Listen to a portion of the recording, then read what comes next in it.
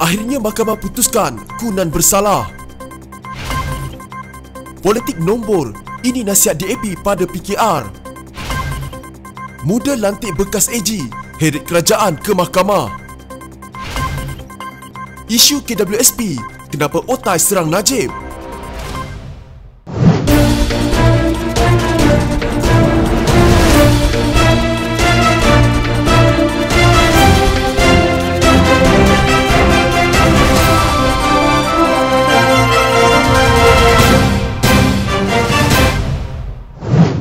Sehari selepas meraikan perkahwinan anaknya dalam majlis pandu lalu di Istana Kehakiman Putrajaya, Tengku Adnan Tengku Mansur dihukum penjara setahun dan denda RM2 juta setelah didapati bersalah menerima rasuah daripada ahli perniagaan Chai Kin Kong 4 tahun lalu. Tengku Adnan kelihatan tenang dalam menerima hukuman itu. Beliau dijangka merayu keputusan dan hukuman kerana jika tidak, boleh dilucutkan sebagai ahli Parlimen Putrajaya. Hakim Mahkamah Tinggi Muhammad Zaini Mazlan menjatuhkan hukuman itu setelah mendengar hujah Peguam Bela Tengku Adnan Tan Hock Chuan. Beliau didapati bersalah menerima rasuah RM2 juta daripada Chai. Mahkamah menolak alasan Tengku Adnan bahawa wang itu adalah sebahagian daripada dana untuk membiayai kempen UMNO pada pilihan raya kecil Kuala Kangsar dan Sungai Besar pada 2016. Semalam, kira-kira 10,000 jemputan hadir memeriahkan majlis perkahwinan anak lelaki Tengku Adnan dengan konsep padu lalu di Dataran Putrajaya, Presin 3. Tetamu yang hadir melalui Jalan Dataran Putrajaya, pasangan pengantin Tengku Muhammad Hafiz dan isterinya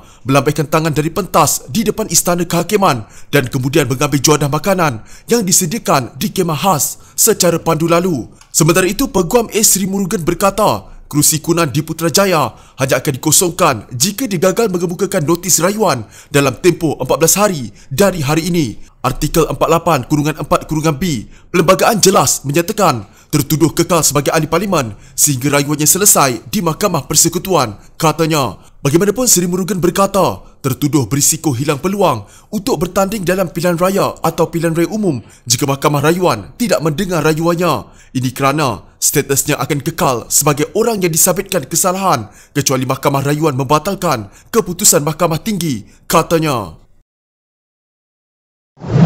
Pakatan Harapan harus melupakan hasrat menjatuhkan Kerajaan Perikatan Nasional buat masa ini. Sebaliknya, fokus terhadap pilihan raya umum akan datang untuk memperolehi mandat pengundi, kata seorang ahli Parlimen DAP. Wakil Rakyat Bangi Ong Kian Ming mengeluarkan nasihat susulan Kenyataan Setiausaha Agung PKR Saifuddin Nasution bahawa Presiden Parti Anwar Ibrahim masih mampu mendapatkan jumlah ahli Parlimen yang diperlukan bagi membentuk kerajaan baru. Saifuddin dilaporkan berkata, perkara itu boleh dilakukan sama ada melalui akuan berkanun atau SD atau melalui Dewan Rakyat. Bagaimanapun, Ong berkata, Pakatan Harapan harus melupakan hasrat untuk menawan Putrajaya menerusi kaedah-kaedah yang tidak melibatkan pilihan raya umum. Kita harus membiarkan pengundi memilih pada pilihan raya akan datang. Biarkan pengundi menilai antara 22 bulan pemerintahan Pakatan Harapan dan rekod pemerintahan kerajaan sedia ada ketika pilihan raya itu nanti. Kita harus menggunakan masa yang ada sekarang ini hingga PRU15 untuk menyatukan pembangkang dan memainkan peranan sebagai penyeimbang, katanya.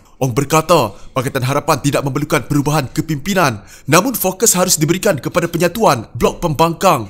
Ong berkata, penyatuan 108 ahli Parlimen pembangkang dalam satu blok akan memastikan barisan utuh dalam menghadapi PRU akan datang. Menurutnya, pembangkang juga boleh berunding mengenai perjanjian penawaran dan kepercayaan CSA dengan Perikatan Nasional seperti mana yang berlaku di Perak. CSA ini akan memastikan ahli Parlimen pembangkang dan pengundi tidak didiskriminasi menerusi peruntukan yang lebih rendah selain menghalang Perdana Menteri Muhyiddin Yassin daripada diperas ugut untuk mengekalkan sokongan ahli Parlimen. Untuk rekod, sebelum ini Setiausaha Agung PKR Saifuddin Nasution Ismail percaya bahawa Presiden Parti itu, Anwar Ibrahim, masih mampu mendapatkan jumlah yang diperlukan bagi membentuk kerajaan baru. Dia berkata, perkara itu boleh dilakukan sama ada melalui akuan berkanun atau SD atau melalui Dewan Rakyat. Bercakap kepada Sinar Harian, Saifuddin berkata, Anwar sentiasa memaklumkan perkembangan terkini mengenai perkara itu kepada kepimpinan tertinggi Pakatan Harapan. Saya tidak bersedia berkongsi jumlahnya. Saya tahu siapa yang kita jumpa, berapa yang kita dapat dan sebagainya. Mengenali cara Anwar menjalankan tanggungjawab, beliau sentiasa memaklumkan progres terhadap usaha beliau kepada pimpinan utama Pakatan Harapan, katanya.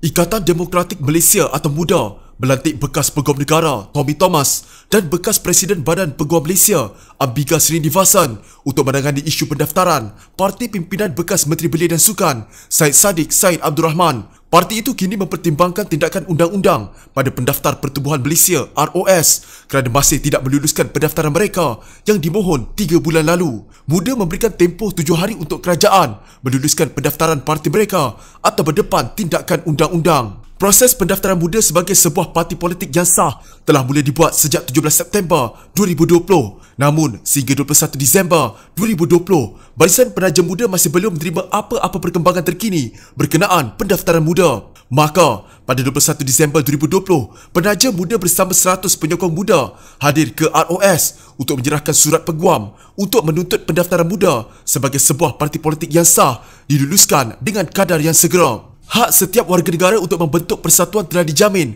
di dalam Perlembagaan Persekutuan dan sebarang kelewatan dari pihak ROS telah menafikan hak ini kepada penaja dan penyokong muda, katanya di Putrajaya. Pada 17 September lalu, bekas Ketua Pemuda Bersatu Armada itu mengemukakan permohonan pendaftaran parti muda kepada ROS. Dia hadir ke ROS kira-kira jam 10.30 pagi bagi menghantar beberapa dokumen untuk pendaftaran parti baru itu. Ditemui media selepas hadir ke ROS, Syed Saddiq berkata, muda boleh disertai pelbagai kaum di Malaysia dan tiada had umur ditetapkan. Parti ini akan dipimpin oleh anak muda daripada pelbagai lapisan masyarakat, katanya, sambil menambah muda kini mempunyai 13 penaja. Dalam pada itu, Syed Saddiq berkata, muda tidak sesekali menuntut untuk diberi sebarang layanan istimewa dari pihak ROS. Kelewatan pendaftaran muda tidak boleh diterima sama sekali, terutamanya apabila sebuah komunikasi antara ROS dan muda tidak pun diberi alasan-alasan untuk menolak atau melengah-lengahkan pendaftaran muda. Sebagai perbandingan, pendaftaran Perikatan Nasional hanya mengambil masa selama 3 hari saja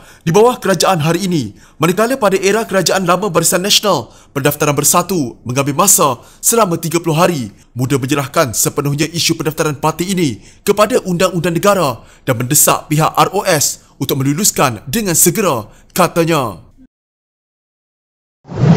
Datuk Seri Najib Razak mempersoalkan tindakan bekas penyokong Parti Keadilan Rakyat yang kini pro kerajaan Perikatan Nasional yang menyerang dan memfitnahnya berhubung isu pengeluaran kumpulan wang simpanan pekerja KWSP pada malam hari kematian ibunya. Bekas Perdana Menteri itu berkata beliau diserang pada jam 8.30 malam ketika seluruh keluarganya dalam keadaan sedih. Bagaimanapun hasil carian mendapati posting itu telah pun dipadamkan. Soal Najib, mengapa akaun Facebook Otai mahu menyerangnya sedangkan beliau yang cadang moratorium pinjaman pertama dan pengeluaran akaun 2 KWSP yang menjadi skim iLestari pada bulan Mac lalu? Kenapa pula nak fitnah saya menipu rakyat sedangkan saya dan UMNO telah melawan? Dari langsung tiada siapa dibenarkan mengeluar dari akaun 1 KWSP ke 600,000 orang yang layak kepada 2 juta orang yang layak dan akhirnya kepada 8 juta orang yang layak. Sedangkan saya dan UMNO juga turut dijanji kerajaan dan kita masih berjuang agar bahagian bermasalah terakhir iaitu syarat bagi kategori 2 dimasukkan. Soalnya, jika anda mempunyai gejala seperti demam, batuk dan sesak nafas, jangan berlengah untuk terus ke klinik atau hospital bagi menjalani ujian saringan bersama kita tangani wabak COVID-19.